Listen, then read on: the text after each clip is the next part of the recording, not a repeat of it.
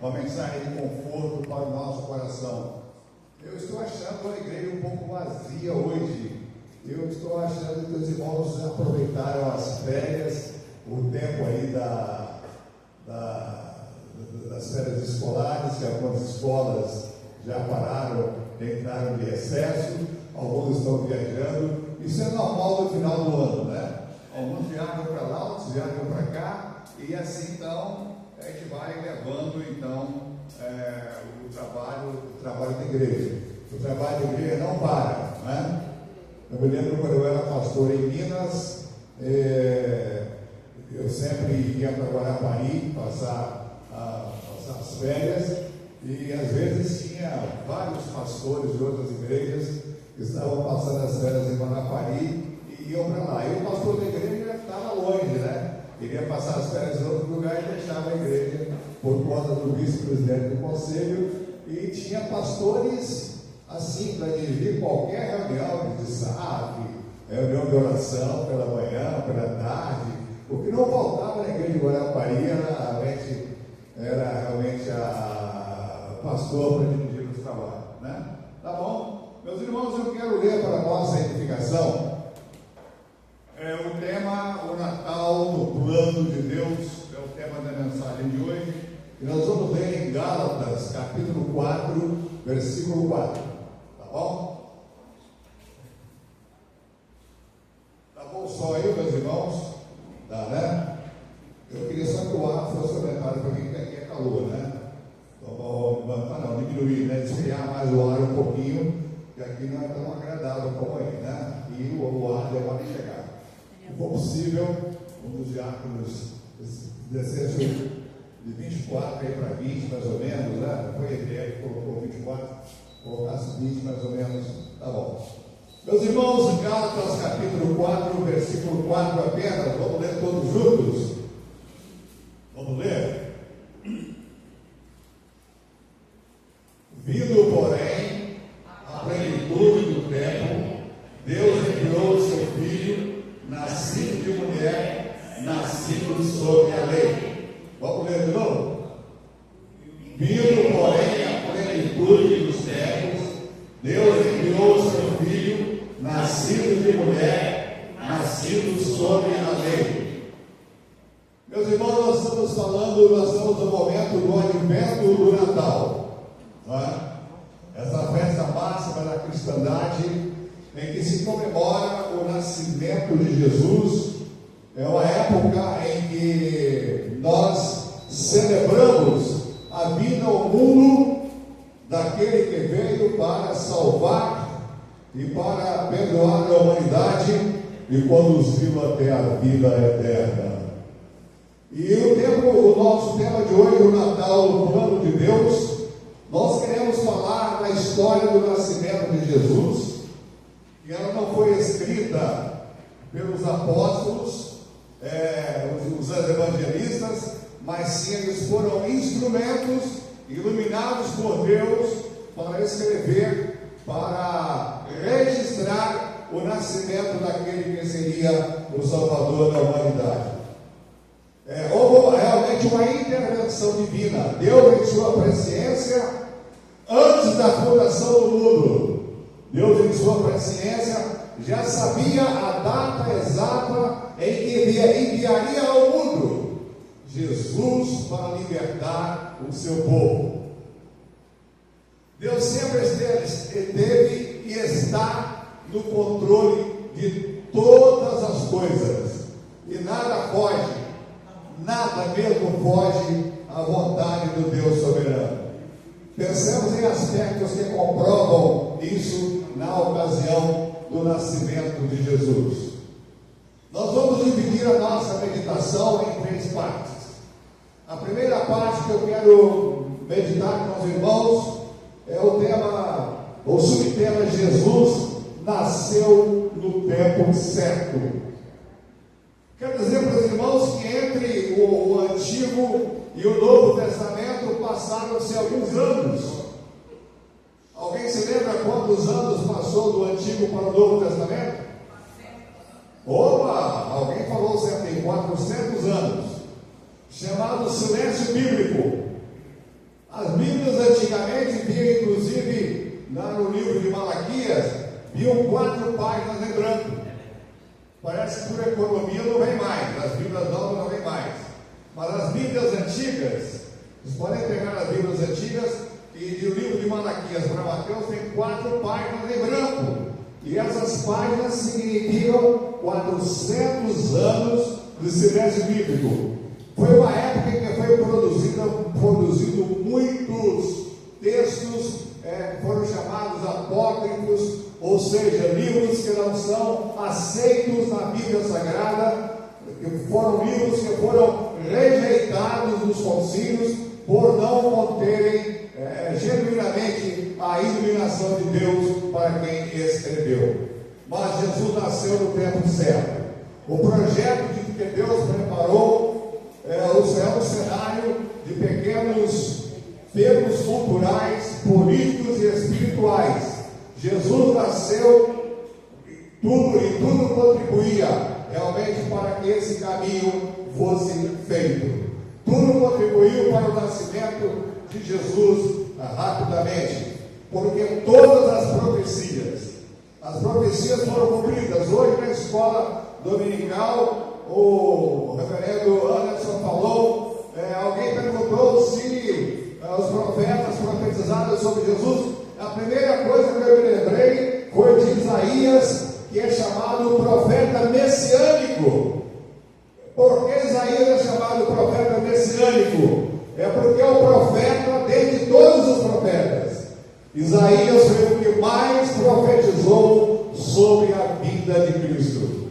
E por isso, meus irmãos, o mundo precisava realmente que fosse anunciado que viria o Messias, que viria o Salvador, que o mundo estava um caos, que o mundo estava perdido, mas que havia uma solução. Jesus, no tempo certo, viria. E o mundo precisava de Jesus naquele exato momento em que ele nasceu, em que veio ao mundo. Nós podemos dizer que Jesus veio na plenitude dos tempos, e de forma celestial, e de forma miraculosa. Talvez Maria, segundo a tradição, que na Bíblia não diz, nós podemos ou não acreditar, talvez Maria, mãe de Jesus, tivesse cerca de 15 anos de idade. Ela foi prometida a José nessa idade de 15 anos. Foi obra do Espírito Santo. E José, sabendo que ela estava grávida, José ficou tanto preocupado por causa dos compromissos daquela época, da moralidade daquela época, por causa dos princípios que norteavam a vida social daquela época. Mas eis que apareceu um anjo, tem Mateus 1:20, José, filho de Davi, não temas receber Maria, sua mulher, porque o que nela foi gerado é do Espírito Santo. Jesus nasceu de forma extraordinária, não fruto da vontade do homem, mas da vontade soberana e extraordinária de um Deus amoroso, um Deus extraordinário, um Deus que nos ama e que mandou o seu único filho nascer numa manjedoura para nos dar a vida eterna. Jesus nasceu de forma extraordinária. Certa vez eu escrevi um artigo, não queria falar que eu escrevi não, não quero parar de falar eu, mas eu escrevi um artigo, já falei, sobre a grande diferença entre Jesus e Buda, sem querer magoar ou ofender algum budista que por acaso vem aqui, mas há uma diferença assim muito grande entre Cristo e Buda. Buda, ele era um príncipe da cidade de Bengala, muito rico, riquíssimo, e ele um dia passeava pelo jardim do palácio, e chegou no portão, tinha um mendigo, e esse mendigo pediu a ele comida, dizendo: dá-me um prato de comida, pois eu estou faminto, eu estou com muita fome, dá-me um prato de comida. E Buda então virou as costas e não deu atenção para aquele mendigo. E ele foi então para o seu palácio e encontrou uma mesa comprida, uma mesa muito grande, uma mesa cheia de comidas variadas, frutas de várias espécies, bebidas de várias espécies, e ele sentou para se alimentar juntamente com os seus secretários, com os seus ajudantes, com os seus colaboradores, e comeram até se fartar. E ele continuou pensando naquele mendigo. E ele foi então para o seu quarto e não conseguiu dormir, preocupado com aquele mendigo, que ele pedia um prato de comida, enquanto ele tinha uma mesa tão grande e tão repleta de alimentos. E ele não teve coragem de dar um prato de comida para o mendigo que estava em frente ao seu palácio. Ele então, levantando pela manhã, ordenou os seus secretários que preparassem uma cesta com muita comida, com muita bebida, e ele mesmo foi no portão para levar a comida para aquele mendigo. Só que chegando lá, o mendigo estava morto. O mendigo morreu de fome e de frio na porta de seu palácio. Aquilo o tocou profundamente. E ele então disse: alguma coisa está errada. E daquele dia em diante ele passou a se preparar para fundar o budismo. Ficou numa caverna, se isolou, deixou a sua família. Ele era casado com a sua prima Yasodá, e deixou a sua filhinha Raula em companhia realmente dos seus soldados, dos seus secretários, dos seus assessores, e foi se refugiar numa montanha, onde ficou numa caverna por 3 meses, meditando, e onde escreveu o livro sagrado dos budistas.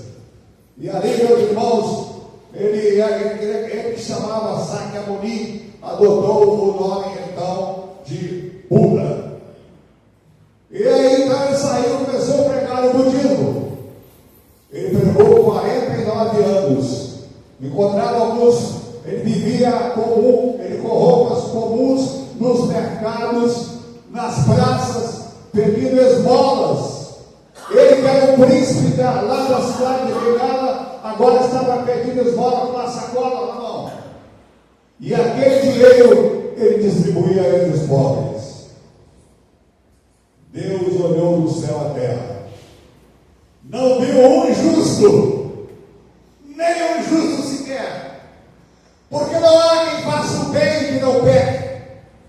Deus via a humanidade caída, Deus via um homem caído no pecado e caminhando para a perdição. Então Deus chamou o seu único filho e disse: vá até a terra morrer pelos que eu amo. Então Jesus veio à terra.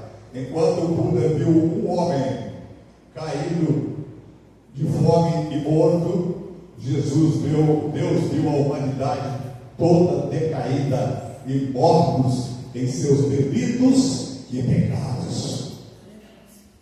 Aí está a grande diferença. Você sabe quantos anos Buda pregou?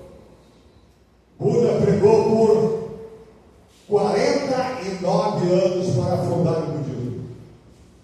49 anos. Sabe quantos anos Jesus pregou para fundar o cristianismo? Todo mundo sabe. Apenas 3 anos. Hoje o budismo, segundo as últimas estatísticas, existem 400 milhões de budistas no mundo inteiro. E existe mais de 2 bilhões de cristãos espalhados por toda a face da terra. O nascimento de Jesus, meus irmãos, quebrou todos os paradigmas, mudou completamente a vertente do caminho da humanidade. O nascimento de Jesus mudou completamente o cenário político, cultural e religioso do mundo, porque enquanto César vencia pela espada, Jesus vencia pela cruz. Jesus vencia com sua morte na cruz, pelos nossos pecados. Isso pode nos mostrar, meus irmãos, um amor maior, que se um quem se humilha será exaltado. Quem serve será o maior.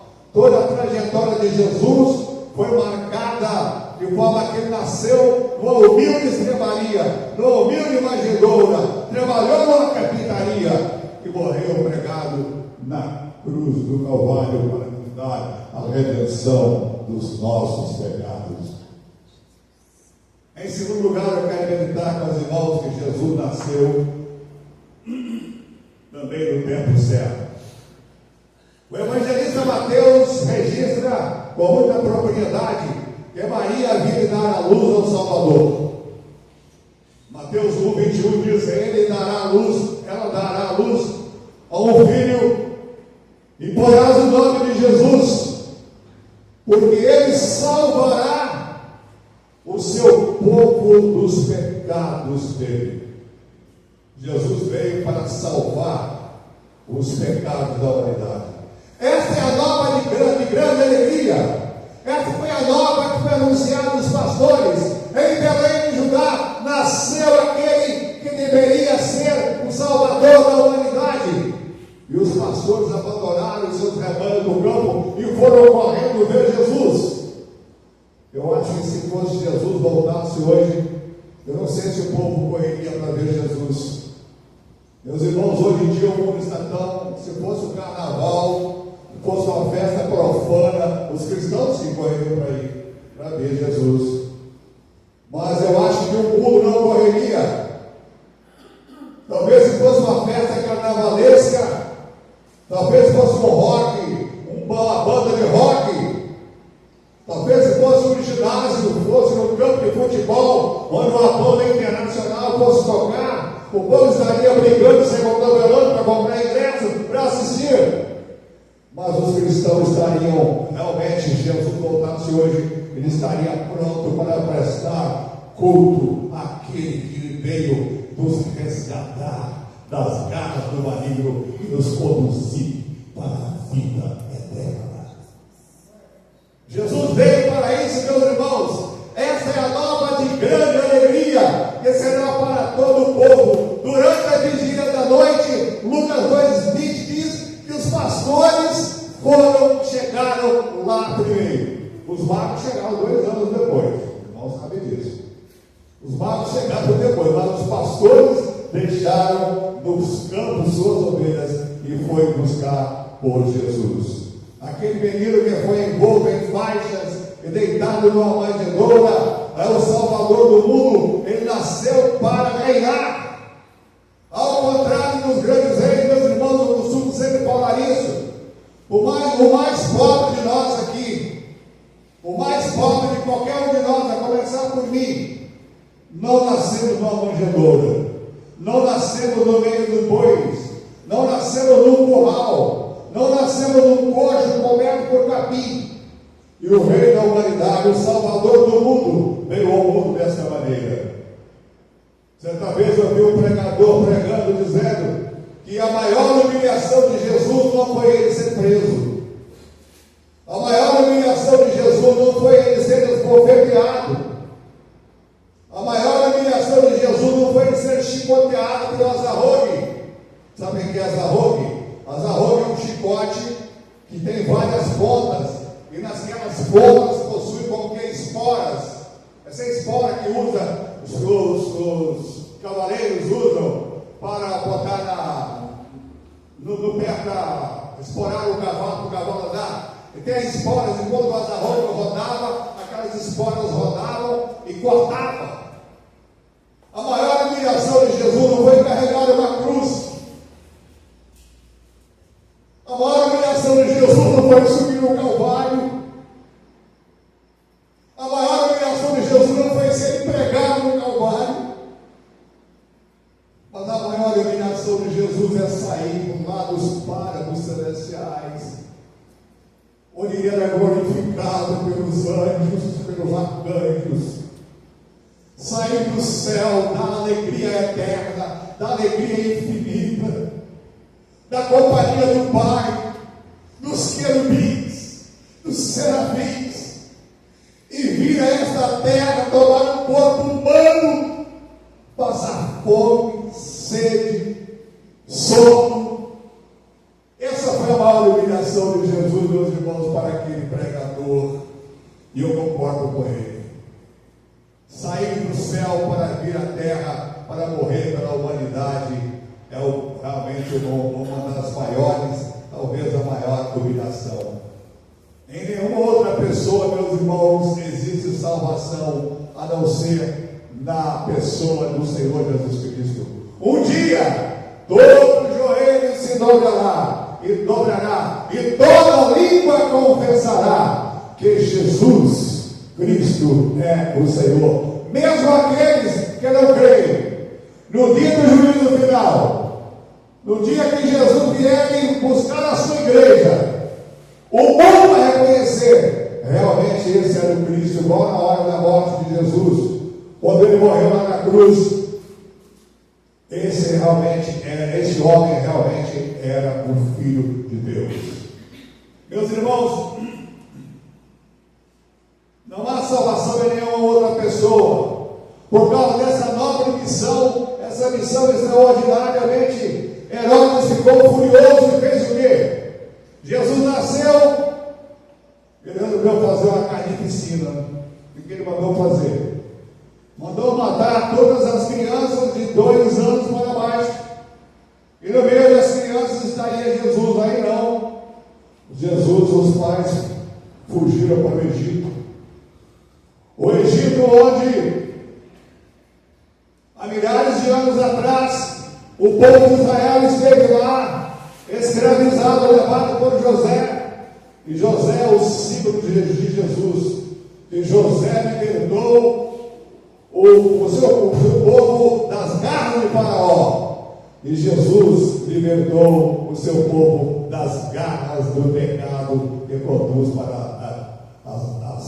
a eternidade longe de Cristo e da salvação que só encontramos nele. Meus amados irmãos, com certeza o Natal não é uma história qualquer. Com certeza o Natal não é uma história sem sentido. O Natal é uma história escrita pelo próprio Deus de forma correta e abençoadora.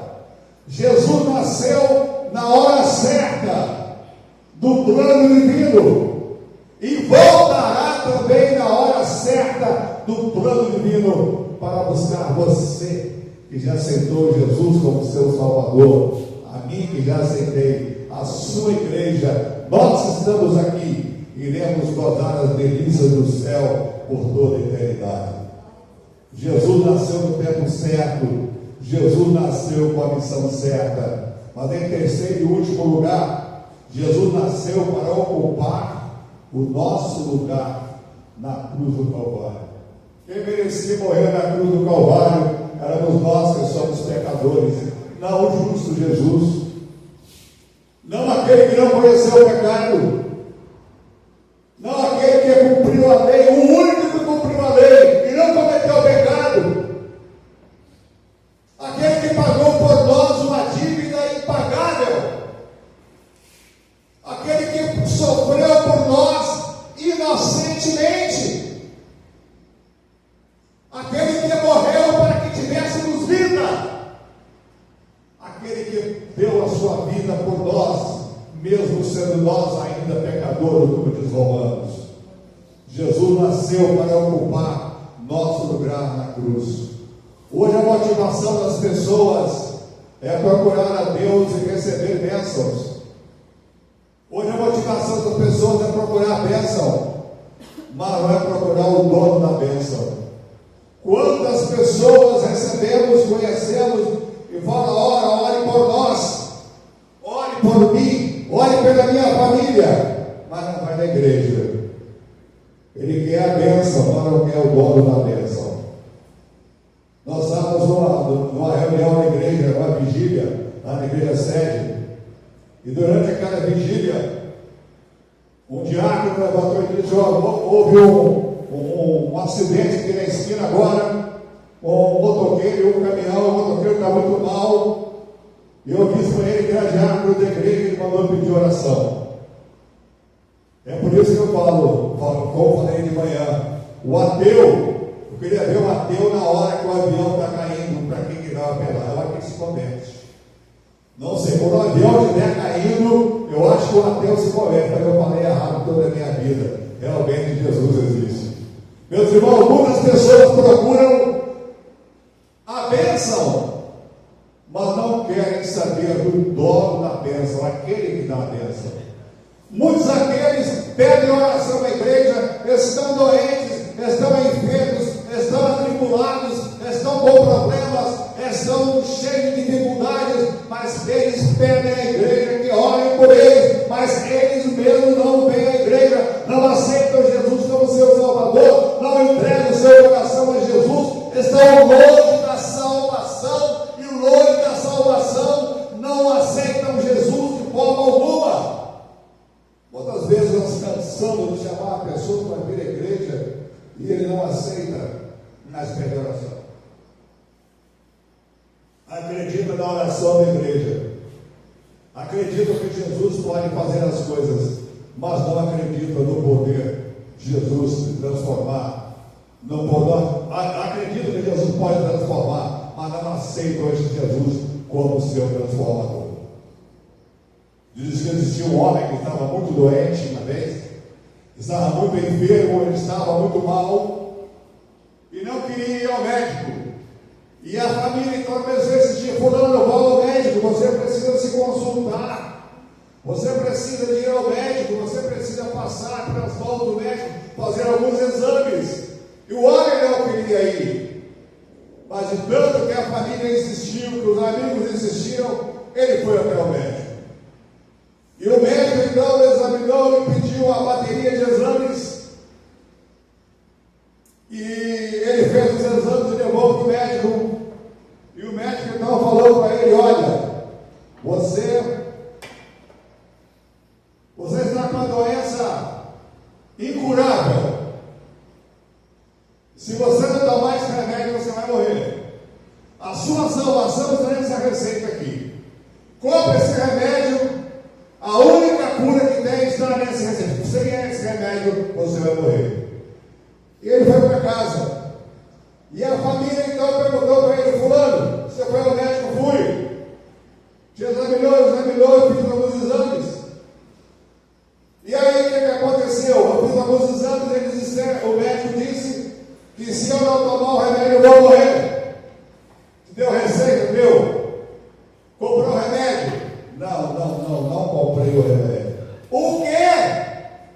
Você não, sabendo que estava doente, não comprou o remédio? Olha, eu acredito no médico, acredito no diagnóstico médico, acredito que o médico é eficiente, acredito no resultado dos exames, aqui está a receita, mas eu não vou tomar, porque eu quero morrer. E assim tem muitas pessoas, conhecem a Jesus, sabem que Ele é o único e eterno Salvador da nossa alma. Assim também acontece com muita gente que conhece os milagres de Jesus, que já viu Jesus se manifestar na sua família, no seu lar, no meio dos seus parentes, com os vizinhos, ou às vezes dentro da própria igreja, mas não aceitam Jesus como Salvador. Eles querem a bênção, mas não querem o dono da bênção. Meus amados irmãos, bem-aventurados que têm fome e sede de justiça. Bem-aventurados aqueles pecadores que sabem que são pecadores e que abrem o seu coração para a paz de Jesus entrar e lhe dar a salvação da vida eterna. No Salmo 42, o salmista está em crise. Davi está tentando fugir dos inimigos e ele vai para o deserto do Negueb, um lugar pedregoso, arenoso, cheio de cascalho, de montes, de vales, cavernas, abismos, lugar perigoso, muito calor. E de repente Davi vê uma corça vem séria e ofegante, exausta, buscando água para beber. E o salmista então escreve: Assim como a corça anseia pelas águas correntes, a minha alma anseia por ti. Salmo 42, 1 e 2. Assim, meus irmãos, também é o cristão. Tem crente que não consegue ficar longe da igreja. Tem crente, tem cristão que hoje que trabalha na igreja. Eu não consigo, a minha alma tem sede de ti, Senhor. Eu sinto falta de ir na igreja, de ouvir a palavra, de orar com meus irmãos, de compartilhar a palavra com meus irmãos. A minha alma tem sede de Deus. A minha alma anseia por estar em sintonia com meus irmãos na igreja, de orar. A minha alma tem prazer de cantar, de orar. Não é que vem para a igreja obrigado, não. Eu acho que os pais têm uma preocupação, deveriam ter uma preocupação muito grande com os filhos, trazê-los à igreja regularmente, né? Para que quando fosse grande, problema, não se desviará dele. E assim é, meus irmãos. A minha alma tem sede de Deus. E vamos ensinar às nossas crianças o sentido do Natal. Jesus que veio para resgatar-nos da humanidade.